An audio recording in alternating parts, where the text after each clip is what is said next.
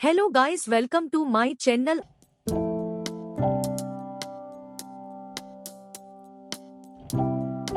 हमने जिस मखमल आदमी को पैंटी उतारकर अपने सर पर पहनते हुए देखा है, इसका नाम मॉस्को है, जो कि एक ट्रक ड्राइवर है। कुछ ही दिनों पहले उसकी पहली वाइफ मौत हो जाने के बाद वो एना नाम एक लड़की के साथ शादी करता है, जो कि उसे उम्र में काफी छोटी थी। दरअसल एना एक सिंगल मदर है और उसकी एक बेटी भी है, जिसकी नाम है सेंटिना। यहाँ पर एना फास्को के शादी के दिन वहाँ पर काफी सारे लोग आए हुए थे, जो कि एन और फास्को के बारे में काफी उल्टा सीधा कह रहे थे। दरअसल उन्हें उनकी जोड़ी थोड़ा भी पसंद नहीं आ रहा था, इसलिए वह लोग उनके बारे में बहुत ही उल्टा सीधा कह रहे थे। दूसरी तरफ उनकी जोड़ी लीबिया को भी पसंद नहीं आता है, जो कि फस्को का बेटा है। उस रात जब फोस्को एना के साथ रोमांस कर रहा था, तभी उसका दोस्त उसके घर के बाहर आकर उसे बुलाता है और उसे अपने साथ चलने के लिए कहता है। असल में फास्को ट्रक चलाने के साथ साथ एंटीक मूर्तियों को चोरी करके उसे बाजार में बेचता है और इससे उसे काफी अच्छी कमाई हो जाती है। इसीलिए वह एना को सुहागरात के दिन वहीं पर ही छोड़कर चोरी करने के लिए अपने दोस्त के साथ चला जाता है। इधर एना घर पर अकेली थी और वह फोस्को के आने का इंतजार कर रही थी। तभी उसे नीचे से किसी के आने की आवाज सुनाई देती है, जिसको सुनकर वह सोचती है कि शायद फोस्को आया हुआ होगा, इसलिए वह से चेक करने के लिए जाती है। लेकिन नीचे जाकर वह देखती है कि वह फोस्को नहीं बल्कि उसका बेटा लिवियत था। दूसरी तरफ फोस्को अपने दोस्तों के साथ चोरी करने के लिए एक जगह पर जाता है, लेकिन वह लोग जब एंटीक सामानों की चोरी कर रहे थे तभी वहाँ पर पुलिस आ जाते हैं। इसलिए फोस्को को अपने साथियों के साथ वहाँ से भागने लगता है। उस रात वह लोग पुलिस से बचने के लिए जंगल के अंदर ही सो जाते हैं। अगली सुबह लिवियो अपने दोस्तों के साथ समंदर में नहाने के लिए जाता है और तभी स्टेला नाम की एक लड़की वहाँ पर आकर उसके स्कूटर पर एक चिट्ठी छोड़कर जाती है। असल में स्टेला लिवियो से प्यार करती है, लेकिन लिवियो उसे भाव नहीं देता। साथ ही साथ लिवियो के ऊपर स्टेला के प्यार को देखकर उसके दोस्त भी उसका काफी मजाक उड़ाया करते थे। एक रात जब लिवियो बैठा हुआ था तब वह सुनता है कि गांव के सभी लोग फस्को और एना के बारे में काफी बात कर रहे थे, जिसको सुनकर उसे काफी बुरा लगता है, लेकिन वह उन लोगों को कुछ भी नहीं कहता। इसके बाद फस्को और एना जब हनीमून से वापस आते हैं, तभी एना अपनी बेटी सेंटिना से मिलकर काफी खुशी होती है, लेकिन उसे फस्को की कुछ बर्ताव अच्छा नहीं लग रहा था, इसलिए वो इसके बारे में उसकी बहन से बात करती है। वह उससे कहती है कि फस्को अपने बेटे लिवियो के साथ अच्छा बर्ताव नहीं करता और उसे हर बार नीचा दिखाने की कोशिश करता है, जो कि मुझे अच्छा नहीं लगता। दूसरी तरफ फस्को लिवियो को गधे की तरह काम करवाता था और मौका मिलने पर उसकी बेइज्जती करने में थोड़ी भी कसर नहीं छोड़ता था, जिसको देखकर एना को फस्को के ऊपर काफी गुस्सा आता है और रात में वह फस्को से इसके बारे में बात करती है। लेकिन फस्को उसे बताता है कि वह ना ही लिवियो का वकील है और ना ही उसकी माँ, इसीलिए वह से लिवियो के बारे में सोचने से मना करता है और उन दोनों के रिश्ते के ऊपर ध्यान देने के लिए कहता है। अगले ही दिन फस्को कुछ काम से ट्रक लेकर शहर जाता है। तभी एना स्टेला को देखती है, जो कि उसकी तरफ काफी अजीब तरीके से देख रही थी, जिसको देखकर वह काफी डर कर घर के अंदर चली जाती है। अंदर पहुंचकर वह लिवियो को देखती है, जो कि सेंटिना के साथ खेल रहा था। अब सेंटिना को लीबिया के साथ खुश देखकर उसे भी काफी अच्छा लगता है और वह दोनों के पास ही बैठ जाती है। 2 दिन बाद फस्को जब घर वापस आता है, तभी वो एना और उसकी बेटी को खाना खाने के लिए एक रेस्टोरेंट पर लेकर जाता है, जहाँ पर एक वेटर एना के उस हिस्से को देख रहा था, जिसको देखने का हक सिर्फ फस्को का था। इसलिए फस्को वेटर के ऊपर गुस्सा होकर उसे वहाँ से जाने के लिए एक इशारा करता है। दरअसल फस्को एना के साथ शादी इसलिए किया था ताकि वह लोगों को एना को दिखा सके और उसके साथ संबंध बना सके। इसीलिए वह एना को हर रोज छोटे छोटे कपड़े पहनाकर उसके साथ बाजार लेकर जाता है, ताकि शहर के सभी लोगों से देखकर जलने लगे। दूसरी तरफ लिवियो एना से प्यार करने लगा था, क्योंकि यह ना उससे ज्यादा बड़ी नहीं थी और एना की फिगर को देखकर वह अपने आप को संभाल नहीं पा रहा था। एक रात फस्को एक एंटीक मूर्ति को चोरी करता है और अगले दिन से बेचने के लिए ट्रक में लोड करने लगता है। लेकिन तभी सेंटिना वहाँ पर अपने दोस्तों को लेकर आ जाती है और फस्को को वह मूर्ति दिखाने के लिए कहती है, जो कि उसने पिछली रात चोरी किया था। अब क्योंकि सेंटी ने अपने साथ अपने दोस्तों को भी लेकर आई थी, इसीलिए फस्को ने जो अगली रात चोरी किया था, यह बात शहर के सभी लोग जान जाते हैं, क्योंकि छोटे बच्चे और खास करके लड़कियों के पेट में बात ज्यादा देर तक नहीं पचती। इसीलिए इसीलिए फस्को को सेंटिना की गलती उसकी माँ एना के ऊपर उतारता है और उसे काफी उल्टा सीधा गालियाँ देता है। दूसरी तरफ लिवियो भी यह सब कुछ सुन रहा था, इसलिए अपने पिता यानी फस्को से कहता है कि इसमें एना की कोई भी गलती नहीं है। जिसके बाद फस्को एना को छोड़कर लिवियो के पीछे पड़ जाता है और उसके साथ बहस करने लगता है। अगले ही दिन फस्को कुछ एंटीक सामानों की तस्करी करने के लिए कुछ दिनों के लिए घर छोड़कर शहर जाता है। वहीं दूसरी तरफ इस मौके का फायदा उठाते हुए लिवियो के साथ वक्त गुजारने लगता है और वह दोनों काफी अच्छे दोस्त बन जाते हैं। एक दिन गर्मी की वजह से उस कॉलोनी के सभी लोग जब पानी से खेल रहे थे तभी लिवियो एना को पानी में भिगोकर उसके साथ खेलने लगता है। इसी दौरान वह दोनों काफी करीब आ जाते हैं और लिवियो एना की पूरे बदन पर हाथ रखता है। तभी उसके पास कुछ और औरत आकर उसके साथ मजाक करने लगती है और मजाक मजाक में वह लोग लिवियो के साथ जबरदस्ती करने लगती है। दूसरी तरफ एना भी यह सब कुछ देख रही थी और उसे यहाँ पर ऐसा लगता है कि वह लिवियो के ऊपर अट्रैक्ट हो गई है। और इसके बाद एक दिन एना को पता चलता है कि एंटीक सामानों की तस्करी करते हुए फस्को को पुलिस ने पकड़ लिया है, जिसको सुनने के बाद वह काफी घबरा जाती है और फस्को से मिलने के लिए जाती है। वहाँ पर फस्को से बताता है कि वह 2 दिन के अंदर जेल से छूट जाएगा, लेकिन 2 दिन के बाद भी जब घर वापस नहीं आता तब एना फिर से जेल जाती है और फस्को के सामने जाकर रोने लगती है। फस्को यहाँ पर उसे शांत करने के बजाय उसे कहता है कि अगली बार जब तुम यहाँ पर आओगे तो अच्छे कपड़े पहन कर आना ताकि तुम मुझे खुश कर सको। खैर इसके बाद एना फस्को के दोस्तों के पास जाती है और फस्को को जेल से रिहा करने के लिए उनसे मदद मांगती है, लेकिन वहाँ पर कोई भी उसकी मदद करने के लिए तैयार नहीं होता। जिसके बाद वह घर वापस आती है और देखती है कि वहाँ पर किसी को भी फस्को के जेल जाने पर दुख नहीं था और सभी लोग वहाँ पर लिवियो के बर्थडे पार्टी को सेलिब्रेट कर रहे थे। लिवियो जब एना को परेशान देखता है तब वो एना के पास जाता है और उससे माफी मांगता है। इसके बाद रात में वह एना की घर की साफ सफाई में मदद करता है। जिसके बाद सुबह वह एना के साथ करीब आने की कोशिश करता है। यहाँ पर हम देखते हैं कि एना भी खुद को रोक नहीं पाती। तभी उसे फस्को की याद आती है और वो लिवियो के साथ यह सब कुछ करने से मना कर देती है, लेकिन लिवियो खुद को काबू नहीं कर पा रहा था। इसलिए रात में वह फिर से बिना कपड़ों के एना के रूम आता है, लेकिन उसके बार बार रिक्वेस्ट करने पर भी वह दरवाजा नहीं खोलती क्योंकि वह जानती थी कि लिवियो को देखकर वह भी खुद को संभाल नहीं पाएगी। सुबह होते ही वह जब दरवाजा खोलती है तभी वह देखती है कि लिवियो अभी भी बाहर ही लेटा हुआ था। यहाँ पर लिवियो उसे पकड़ लेता है और उसके साथ जबरदस्ती करने की कोशिश करता है, पर एना उसे कुछ भी करने नहीं देती। अगले सीन में हम देखते हैं कि लिवियो एना के साथ संबंध बनाने के लिए पागल की तरह हरकतें कर रहा था और वो जब भी एना को अपने सामने पाता था उसके साथ जोर जबरदस्ती करता था, जिस वजह से एक दिन एना उससे कहती है कि जब तक फस्को घर नहीं आ जाता है तब तक वह दोनों एक साथ नहीं रहेंगे और लिवियो को उसके दोस्त के घर पर रहना होगा। उस रात लिवियो अपने दोस्तों के साथ काफी ड्रिंक करता है और घर वापस आ जाता है, जबकि एना ने उसे घर आने से साफ मना किया था। अब खिड़की तोड़कर वह एना के पास यानी उसके बेडरूम तक पहुंच जाता है और एना के साथ जबरदस्ती करने लगता है। यहाँ पर एना भी अपने आप को काबू नहीं कर पाती और उस रात वह दोनों एक दूसरे के साथ संबंध बनाते हैं। अगली सुबह एना फस्को से मिलने के लिए जेल जाती है, जहाँ पर फस्को उससे कहता है कि उसे अपने बेटे के साथ बुरा बर्ताव करने की वजह से काफी पछतावा हो रहा है और वह अपने बेटे के साथ मिलना चाहता है। अब यह सब कुछ देखकर एना को भी काफी बुरा लगता है, लेकिन वह फिर भी लिवियो के साथ अपनी नाजायज रिश्ते को नहीं तोड़ता। एक दिन जब वह दोनों एक दूसरे को प्यार कर रहे थे तभी उन्हें किसी की आवाज सुनाई देता है, इसीलिए लिवियो उसे चेक करने के लिए जाता है और वहाँ पर पहुंचकर वह देखता है कि वह और कोई नहीं बल्कि स्टेला थी, जो कि छुपकर उन दोनों को प्यार करते हुए देख रही थी। अब क्योंकि स्टेला उन दोनों की नाजायज रिश्ते के बारे में जान चुकी थी, इसलिए इसके बारे में सोचकर एना काफी परेशान हो जाती है, लेकिन लिवियो उसे बताता है कि स्टेला एक पागल लड़की है और उसकी बातों पर यहाँ पर कोई भी भरोसा नहीं करता। जिसके बाद वह दोनों फिर से एक दूसरे के साथ मदहोश हो जाते हैं। इसी बीच एक दिन है, एना को पता चलता है कि अगले दिन फस्को को जेल से छूटकर घर वापस आ रहा है, जिसको जानने के बाद वह और भी ज्यादा परेशान होकर फस्को की बहन के पास जाती है और उसे उसके और लिवियो के नाजायज रिश्ते के बारे में सब कुछ सच सच बता देती है। अगले ही दिन फस्को को जेल से छूटकर घर वापस आता है और अपने आजादी के खुशी में जश्न मनाने लगता है। इसी बीच वो नशे की हालत में बीच पर जाता है, जहाँ पर उसे स्टेला मिलता है, जो कि उसे है एना और लिवियो के नाजायज रिश्ते के बारे में सब कुछ बता देती है। अब सब कुछ जानने के बाद पास तो पूरी रात सिर्फ शराब पीता है। इसके बाद जब उसे घर वापस लाया जाता है तभी लिवियो समझ जाता है कि फस्को को उसके और एना के रिश्ते के बारे में सब कुछ पता चल गया है, इसीलिए वह एना और अपने पिता को वहीं पर छोड़कर वहां से चला जाता है। इसके बाद मूवी के आखिर में हम देखते हैं कि लिवियो एक खूबसूरत लड़की के साथ शादी करता है, लेकिन वो अभी भी एना से प्यार करता है और एना भी उसे चाहती है। और दोस्तों, इसी के साथ ही इस मूवी की कहानी खत्म हो जाती है।